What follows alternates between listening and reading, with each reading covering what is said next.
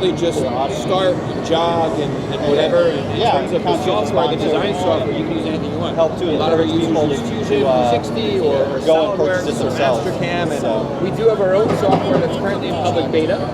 It's good. We're making it better, and I would say that's great for the more entry-level users. So what it was I also see you have a dust it was a collector. giveaway. So that's a prototype that we just unveiled back here this week. This does have a built-in vacuum, but it's a rather small team. Desktop CNC machine. Okay. So it's cutting material instead of printing like a 3D printer.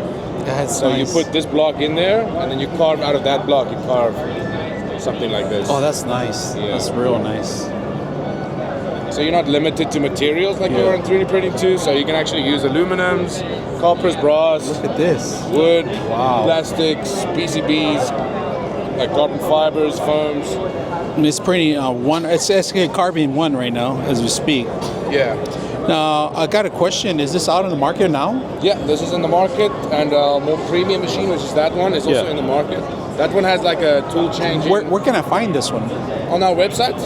What's your website? Oh, he has it, but what is your website? www.makera.com. Maker.com, okay. Yeah.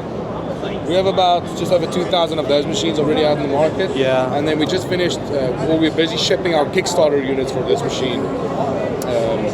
We sold about almost 4,000 of them, so This is nice. factory's running.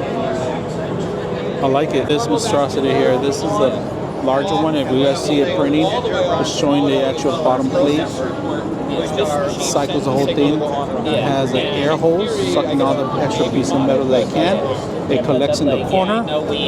Look at the quality does this. Look at what it just like really good quality on it. What's the thickness on this? What the thickness it can do?